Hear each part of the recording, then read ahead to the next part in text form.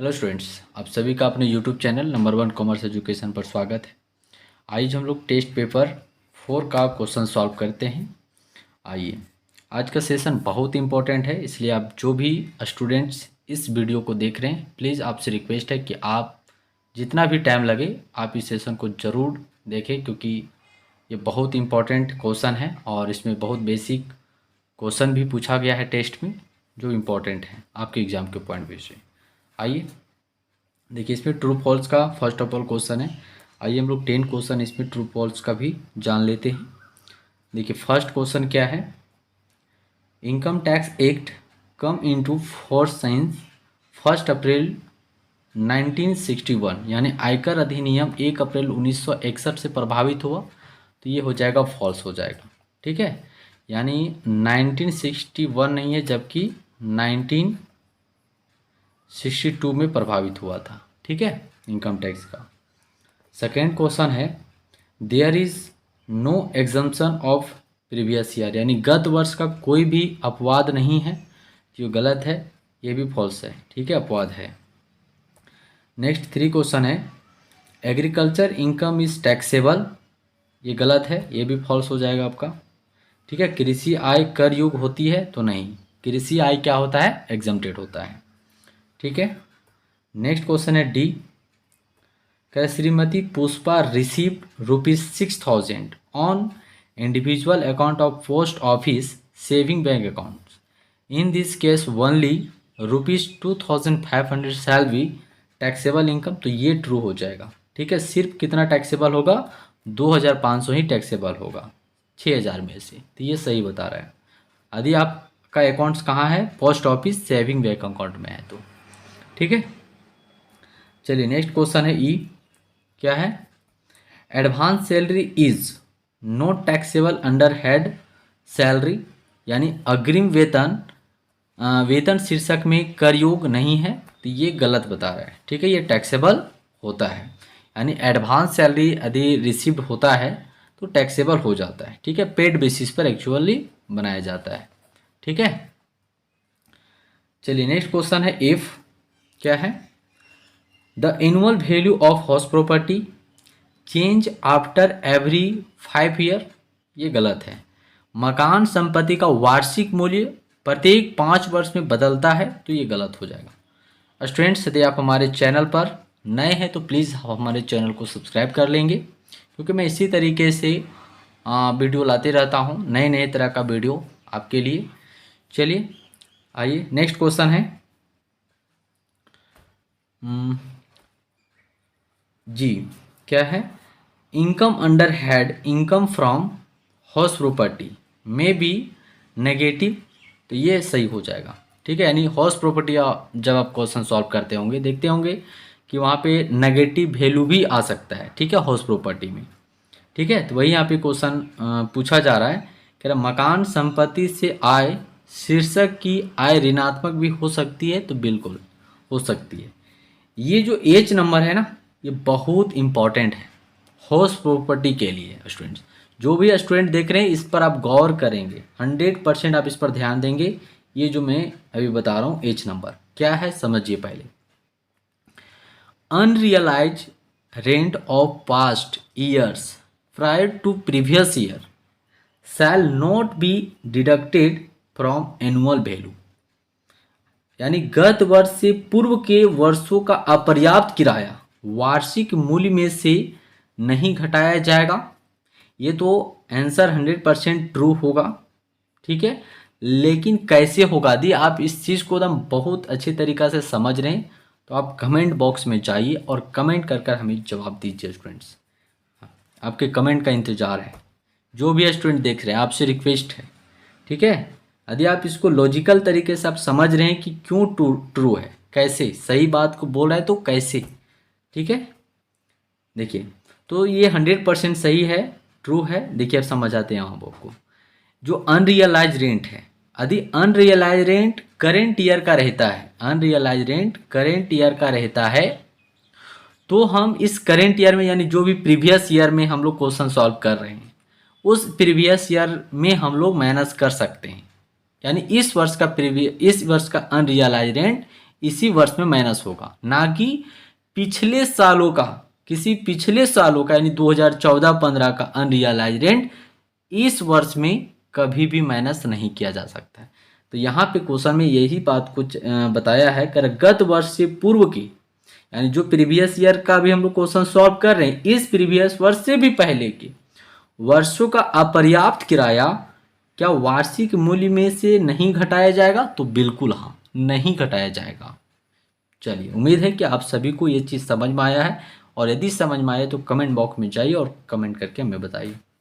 ठीक है, चलिए स्टूडेंट्स, नेक्स्ट क्वेश्चन है I, temporary huts are not included in house property, यानी अस्थायी झोपड़ियाँ मकान संपत्ति के अंतर्गत शामिल नहीं होती है? तो बिल्कुल हाँ, ये नहीं शामिल होती है झोपड़ियाँ। और लास्ट क्वेश्चन है, money received from leave salary on retirement of the employ is tax free for all retiring employ? तो ये गलत हो जाएगा। क्या सभी कर्मचारी के लिए एग्जम्प्टेड है? क्या बोल रहा है? कर्मचारी के अवकाश ग्रहण पर अवकाश वेतन प्राप्त धन सभी देखिए यहाँ पे, सभी अवकाश ग्रहण करने वाले कर्मचारियों के लिए कर मुक्त है? तो नहीं। आप पढ़े होंगे रिटायरमेंट का चैप्टर, तो वहाँ पे सभी कर्मचारी के लिए एग्जम्प्टेड नहीं है। गवर्नमेंट एम्प्लॉई के लिए एग्जम्प्टेड है कुछ कंडीशन में टैक्सेबल भी है। तो ऐसा नहीं है कि सभी कर्मचारी के लिए रिटायरमेंट बेनिफिट एग्जम्प्टेड होता है। उम्मीद है स्टूडेंट्स आप सभी को बहुत ही अच्छे तरीक़ा से ये ट्रू फॉल्स क्वेश्चन आया होगा समझ में। चलिए आइए हम लोग क्वेश्चन सॉल्व करेंगे आज हाउस प्रॉपर्टी का। इसमें से एक टेस्ट में क्वेश्चन पूछा गया है। आइए, बहुत इंपॉर्टेंट क्वेश्चन है, बहुत इंपॉर्टेंट क्वेश्चन है। ये क्वेश्चन बहुत इंपॉर्टेंट है, फिर से मैं रिपीट कर दे रहा हूँ। और देखिए थ्योरी का भी क्वेश्चन है स्टूडेंट्स, आप इस थ्योरी का क्वेश्चन को कंप्लीट कर लेंगे, है ना। देख सकते हैं यहाँ पे। दूसरा क्या है, आयकर क्या है, भारत में आयकर के इतिहास का वर्णन कीजिए। आयकर लगाने का आधार और विधि क्या है, ये भी आप कर लेंगे। डिफाइन द, नेक्स्ट क्वेश्चन है थ्योरी का, define the term income and calculate the income tax distinctive between यानी कि difference between gross total income and total income. ठीक है, यानी आय को परिभाषित कीजिए और आयकर की गणना कीजिए, सकल कुल आय तथा कुल आय में अंतर कीजिए। ये भी आप देख लेंगे, इंपॉर्टेंट क्वेश्चन है। ठीक है, एक है what do you mean by agriculture income, what are its kinds. ठीक है, काइंड्स और state ten income which are related to land but are not agriculture income. मतलब समझिए कृषि आय से आप क्या समझते हैं, पहला मीनिंग देना है, इसके प्रकार कितना है, और ऐसी 10 में आयो बताइए जो भूमि से संबंधित है लेकिन कृषि आय नहीं है। आप इस क्वेश्चन को भी इम्पोर्टेंट में रखेंगे, इसको याद कर लेनी है।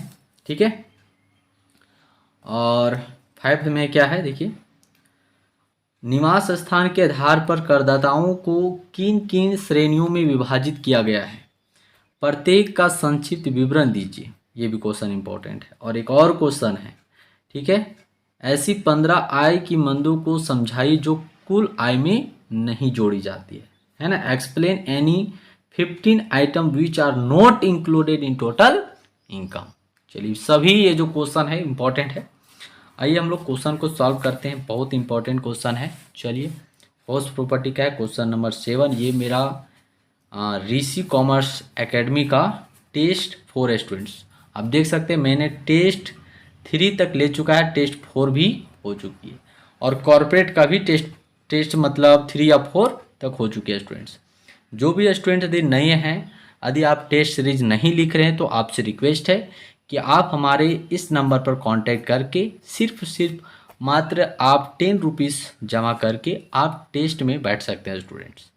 ठीक है, सिर्फ मात्र 10 रुपीज़ आप जमा करके आप हर एक टेस्ट, हर एक संडे को आप ऋषि कॉमर्स एकेडमी में आकर ज्वाइनिंग कर सकते हैं। टेस्ट में 2 जगह पे टेस्ट सीरीज चलती है, बुढ़वा महादेव केबी ओमेंस कॉलेज के सामने शारदा कॉम्प्लेक्स के पीसी डिफेंस एकेडमी में चलती है। और सेकेंड है मिशन हॉस्पिटल। मिशन हॉस्पिटल बड़का गाँव का रोड है, वहाँ पे मेरी एकेडमी है सेकेंड ब्रांच, वहाँ पे आप आ सकते हैं। वहाँ पे भी टेस्ट सीरीज रहती है, आप 10 रुपये मात्र जमा करके आप टेस्ट सीरीज में बैठ सकते हैं स्टूडेंट्स, नए स्टूडेंट्स के लिए। चलिए स्टूडेंट्स आइए, चलिए हम लोग क्वेश्चन 7 सॉल्व करते हैं। आइए सो स्टूडेंट्स, मेरे इस कोचिंग में एक खासियत है कि टेस्ट सीरीज लगातार कंटिन्यू चलती है, ठीक है, और टेस्ट बहुत ज़रूरी है सभी स्टूडेंट के लिए, ठीक है। चलो आइए देखिए, क्वेश्चन पढ़िए पहले, क्या है क्वेश्चन, दिख रहा है ना सभी को? देखिए, from the flowing information mister Sunil compute the taxable income of house property, ठीक है। पहला है म्यूनसिपल वैल्यू कितना है, 3,30,000 है, ठीक है। म्यूनसिपल वैल्यू कितना है, 3,30,000 है। फेयर रेंट 3,60,000 है। स्टैंडर्ड रेंट 3,36,000 है। अनरियलाइज रेंट प्रीवियस ईयर का है, यानी 2014-15 का है, और कंडीशन जो रूल 4 है वो सेटिस्फाइड है, था 2014-15 में, जो कितना है 30,000 का अमाउंट है, ठीक है। एकदम क्वेश्चन को बारीकी से समझिए, क्वेश्चन को आप पहले अंडरस्टैंड करिए। यदि आप क्वेश्चन को अंडरस्टैंड कर लेते तो 50% क्वेश्चन तो सॉल्व हो गई, ठीक है, बाकी 50% हम लोग को लिखनी है, ठीक है। तो यहाँ तक समझ में आया होगा। ये अनरियलाइज रेंट कब का है, ये 2014 और 15 का है, ठीक है। एक और है यहाँ पे देखिए 5 नंबर में, रेंट रियलाइज इन ईयर 2020 से 21 from unrealise rent of previous year, मतलब इस ईयर का अनरियलाइज रेंट कितना है, तो 24,000 है, ठीक है। कितना है, 24,000 है। नेक्स्ट है, house was late at 30,000 per month, यानी मकान 30,000 रुपये प्रति माह किराए पर उठाया जा रहा है। इस जो भी हाउस में जो हाउस लेट आउट पर लगी हुई है उसका किराया कितना है, 10,000 रुपया पर मंथ है। अब देखिए यहाँ पे एक और दिया हुआ है, rent unrealised of the year 2020 से 21, ये और ये देखिए हमारा प्रीवियस ईयर का, ये क्या है, अनरियलाइज रेंट है ऑफ प्रीवियस ईयर, ठीक है। सॉरी ये वाला नहीं, आप इसको देखिए 5 नंबर, और ये तो आपका प्रीवियस ईयर का है, पिछले सालों का, इससे हम लोग को कोई उतना ताल्लुक नहीं है, ठीक है। लेकिन आप इसको देखिए, रेंट रियलाइज्ड इन ईयर 2020 से 21 from unrealise rent of previous year का, ठीक है। मतलब क्या है, ये जो हमारा रेंट रियलाइज हो रहा है किस ईयर का, तो प्रीवियस ईयर का रियलाइज हो रहा है रेंट। और कब रियलाइज हो रहा है, तो अभी हो रहा है, यानी गत वर्ष 2014-15 के ना वसूल किराए की वर्ष 2020-21 में वसूल की गई रकम कितना है, 24,000। इस पर आप गौर करेंगे, यानी पिछले सालों का 2014 और 15 का जो रेंट रियलाइज नहीं हुआ था, आप देख सकते हैं अनरियलाइज रेंट था उस समय, तो 2014 और 15 का जो अनरियलाइज रेंट था वो अभी रियलाइज हो रहा है, यानी उसको अभी रिसिप्ट किया जा रहा है, कितना, 24,000 किया जा रहा है, ठीक है। और इस वर्ष का अनरियलाइज रेंट कितना है, रेंट अनरियलाइज कितना है, 30,000 है, ठीक है। आइए हम लोग बारीकी से इसको समझते हैं, प्रैक्टिकल सॉल्व करते हैं। आइए देखिए, फर्स्ट ऑफ ऑल हम लोग पहला कंप्यूटेशन क्या करेंगे, कैलकुलेशन ऑफ, दिख रहा है ना, calculation of GAV, gross annual value. First of all step number 1 कर सकते हैं। सबसे पहले क्या होगा, म्यूनसिपल वैल्यू और फेयर रेंट, और दोनों में जो वैल्यू अधिक होगा हायर वैल्यू को लिया जाएगा। तो अब देखिए क्वेश्चन में हम क्या बताएं, म्यूनसिपल वैल्यू कितना है, म्यूनसिपल वैल्यू 3,30,000 है, म्यूनसिपल वैल्यू 3,30,000 है, और फेयर रेंट है 3,60,000 है। तो आइए लिखते हैं, म्यूनसिपल वैल्यू 3,30,000 और फेयर रेंट है 3,60,000, ठीक है, और दोनों में से हायर, तो हायर जो होगा वो निकल के आएगा फेयर रेंट 1। और फिर फेयर रेंट 1 को कंपेयर किससे करेंगे, स्टैंडर्ड रेंट से, और फिर दोनों में अगर कंडीशन क्या होगा, lower, which ever is less, दोनों में जो कम होगा। तो फेयर रेंट 1 कितना आ गया, ये निकल आएगा जो अधिक है दोनों में से। तो 3,60,000 और स्टैंडर्ड रेंट कितना है, तो आप देखिए यहाँ पे क्वेश्चन में स्टैंडर्ड रेंट बताया है 3,36,000 है, ठीक है, 3,36,000।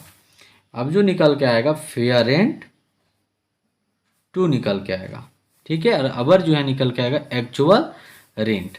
इसमें थोड़ा कंडीशन है, 3 भागों में ये कंडीशन हम बताए थे, अब याद होगा तो अब देखेंगे 3 कंडीशन वाले में। पहले इसको लिखिए अच्छा अमाउंट को। फेयर रेंट 2 कितना आ गया स्टूडेंट्स, ये लोअर को लेना है, तो सबसे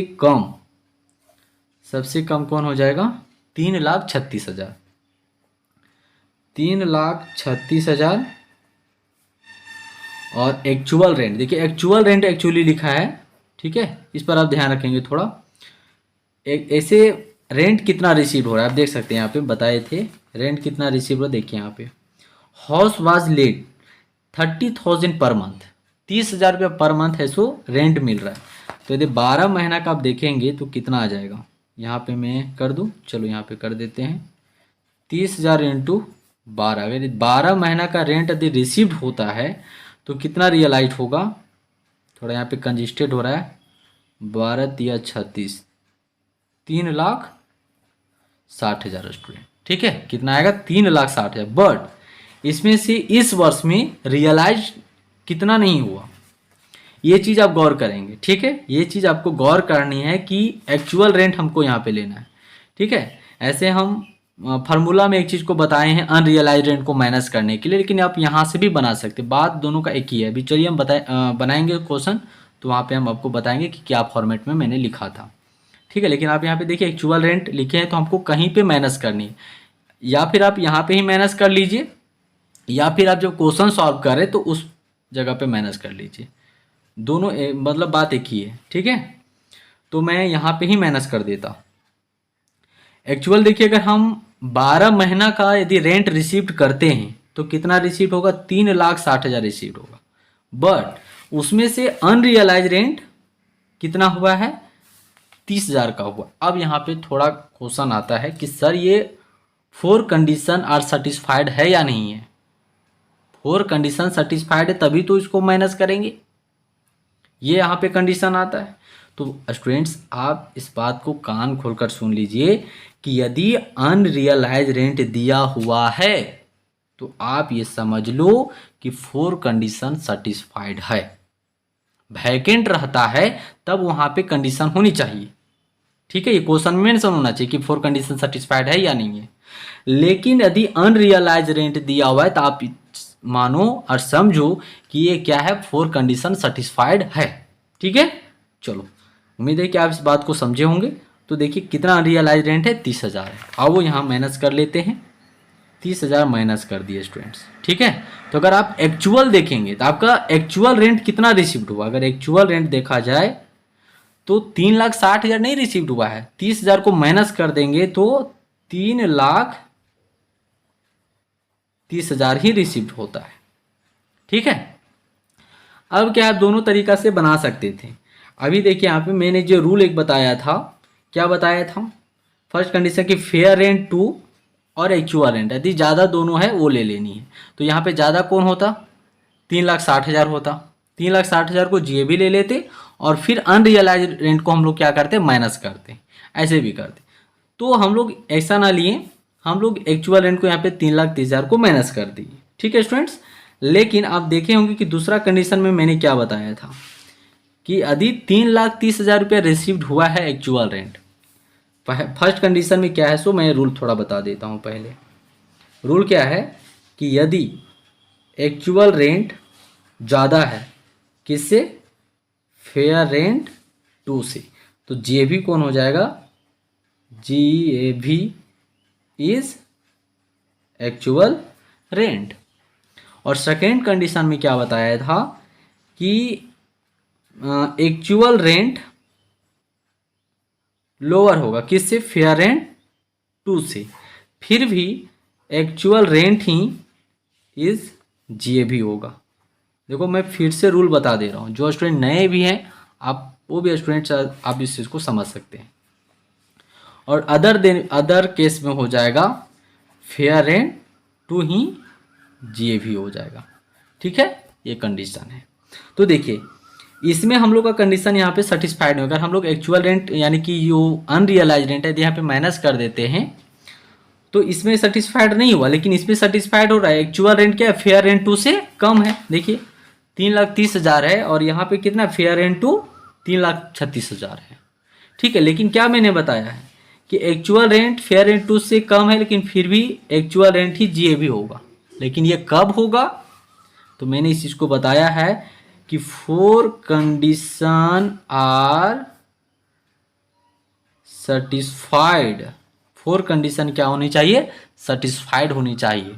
यदि ये मतलब एक्चुअल रेंट यदि कम है तो कारण क्या है कि वैकेंट रहा, अनरियलाइज रेंट रहा, खाली रहा, जिसके वजह से मेरा एक्चुअल रेंट क्या है? फेयर रेंट टू से कम रहा। तब गवर्नमेंट यदि सेटिस्फाइड हो जाती है कि हाँ आपका एक्चुअल रेंट कम कैसे रहा? वैकेंट होने के कारण रहा, यानी आप रेंट को रियलाइज नहीं कर पाए, जिसके वजह से आपका रेंट कम रहा। तो वैसे सिचुएशन में यदि आप 4 कंडीशन सेटिस्फाइड हो जाती है तो आपका एक्चुअल रेंट ही जीएबी बन के आता है। तो अभी मैंने जस्ट बताया कि यदि अनरियलाइज रेंट दिया हुआ है तो समझिए कि 4 कंडीशन क्या है? सेटिस्फाइड है।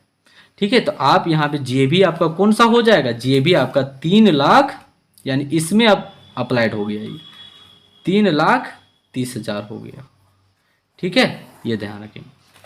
अब देखिए स्टूडेंट्स मैं फॉर्मेट बताता हूँ, यानी क्वेश्चन पूरा आप सॉल्व करते हैं हम लोग। ठीक है, थोड़ा यहाँ पे जगह कम हो जाएगा तो फिर कहाँ सॉल्व करेंगे हम। चलो अच्छा, कहाँ जगह हो जाना चाहिए? इधर तो जगह है नहीं, कहाँ जगह है? चलो अच्छा जगह यहाँ बनाते हैं, लेकिन इसमें तो पूरा नहीं हो गया स्टूडेंट्स, फिर भी चलो अच्छा मैं दूसरा पेज ले लेता हूँ। ठीक है, पेज देखते हैं इधर होना चाहिए। हाँ पेज तो मिल गया। नहीं नहीं, ये तो दूसरा चीज़ का पेज है, यहाँ पे आ जाते हैं, ये पेज लेते हैं। ठीक है, तो ये भी आपको पता है कितना आया है ना? 3,30,000 आया है। ठीक है, चलो यहाँ पे निकालते हैं हम लोग, लिखते हैं पहले calculation of income from house property. ठीक है, और किसका? मिस्टर सुनील है ना, सुनील। असेसमेंट ईयर कौन हो जाएगा? 2021 से 22 हो जाएगा, और प्रीवियस ईयर 2020 से 21 हो जाएगा। ठीक है, चलिए फॉर्मेट थोड़ा बना ही देते हैं, थोड़ा सा टाइम लगेगा। ये लो फॉर्मेट बना दिए, ज़्यादा वक्त तो नहीं लगेगा, इतना टाइम लगा, और थोड़ा सा और यहाँ पे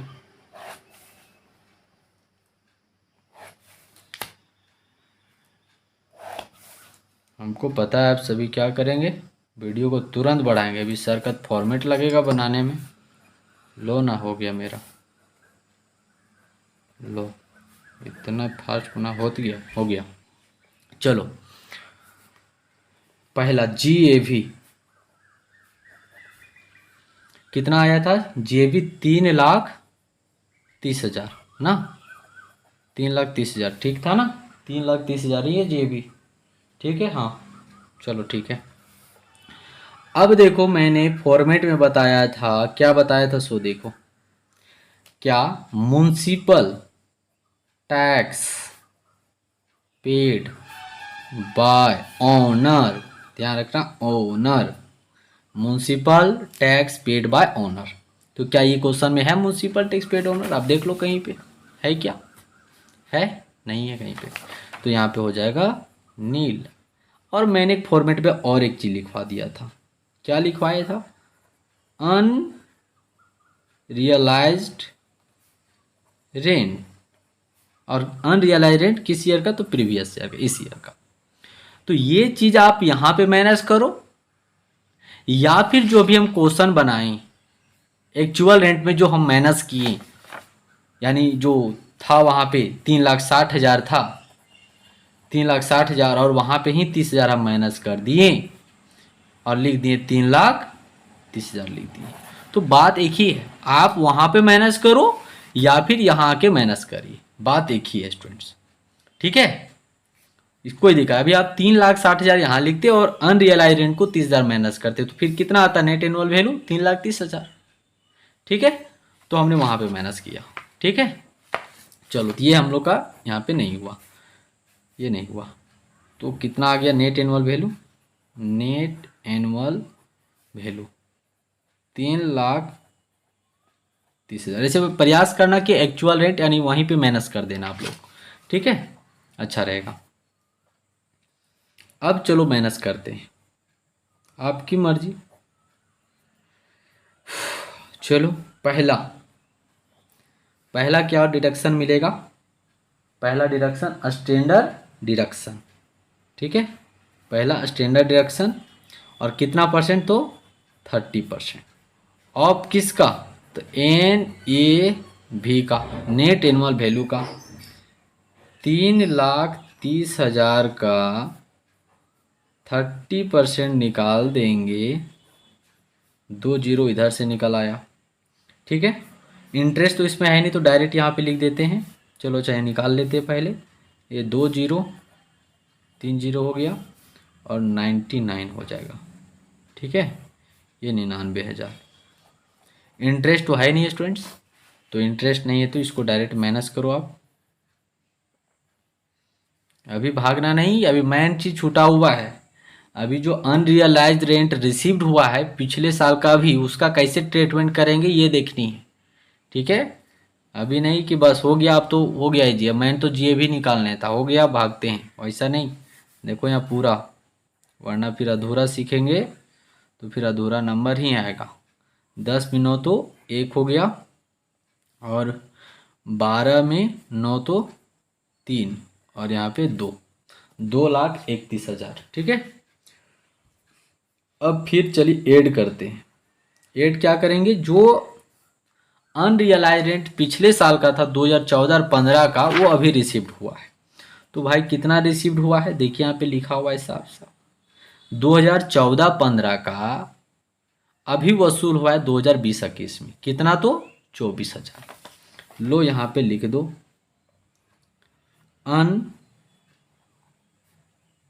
अनरियलाइज्ड रेंट रिसीव्ड कितना? तो 24,000।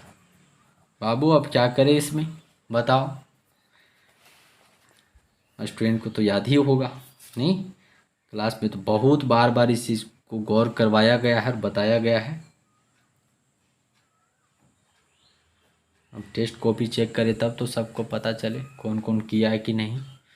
ठीक है, देखो, अनरियलाइज रेंट रिसीव्ड जो हुआ 24,000 अभी, इसमें भी हम लोग का स्टैंडर्ड डिडक्शन 30% मिलेगी। ठीक है, किसका? अनरियलाइज रेंट का। क्योंकि अनरियलाइज रेंट पिछले साल यदि नहीं मिला तो उस समय क्या माइनस कर दिया गया। अभी जैसे अनरियलाइज रेंट था तो माइनस कर दिया, बताइए क्या उस पर स्टैंडर्ड डिडक्शन मिला? तो बिल्कुल नहीं मिला। उसी तरीके से अनरियलाइज रेंट पिछले साल का अभी मिला तो क्या ये 24,000 पर स्टैंडर्ड डिडक्शन मिला होगा? बिल्कुल नहीं मिला होगा। तो अभी मिल रहा है, अभी एड आप कर रहे हैं, तो अभी स्टैंडर्ड डिडक्शन भी उस पर माइनस करिए 30%। ठीक है, चलो आप माइनस करते हैं, निकाल के बताओ 24,000 का 30% कितना हो जाएगा? बताओ कितना आएगा? लो 2 जीरो काटो इधर, और यहाँ पे 2 जीरो, और 4 तिया 12। ठीक है, 4 तिया 12 और 3 दूना 6, 6 7 8, 8,200। ठीक है, कितना आएगा 8,200। एक बार चेक कर लो थोड़ा, नहीं एक बार इसको देखो सुधारो, कितना आ जाएगा, 3 दूना 6 और 1 7 हो जाएगा। ठीक है, 7,200। चलो अब माइनस करो इसमें, तो 2 जीरो और 10 में 2 तो 8 हो गया। ठीक है, और यहाँ पे 13, 13 में 7 तो 7 3 10 और 6 और यहाँ पे 1, 16,800। अब इसको क्या करिए, इसमें ऐड कर दीजिए। लो ऐड करो, 800 इधर आ गया, 6 और 1 7, 3 और 1 4 और 2, 2,47,800। ये आपका आ जाएगा टैक्सेबल इनकम फ्रॉम हाउस, अभी भागना नहीं, रुको, हाउस प्रॉपर्टी। सब्सक्राइब करके जाना है जो भी नए स्टूडेंट हैं। ठीक है, अभी हम लोग इनकम फ्रॉम सैलरी, इसमें टेस्ट में भी इनकम फ्रॉम सैलरी का भी क्वेश्चन है। ठीक है, इनकम फ्रॉम सैलरी का क्वेश्चन है, और भी एक क्वेश्चन इनकम फ्रॉम सैलरी का। यदि आप चाहते हैं कि इनकम फ्रॉम सैलरी का भी क्वेश्चन मैं सॉल्व करके आप सभी को बताऊं, तो प्लीज़ आप हमारे चैनल को सब्सक्राइब करो। तो मेहनत लगता है हम लोग को बनाने के लिए, टाइम निकालनी पड़ती है।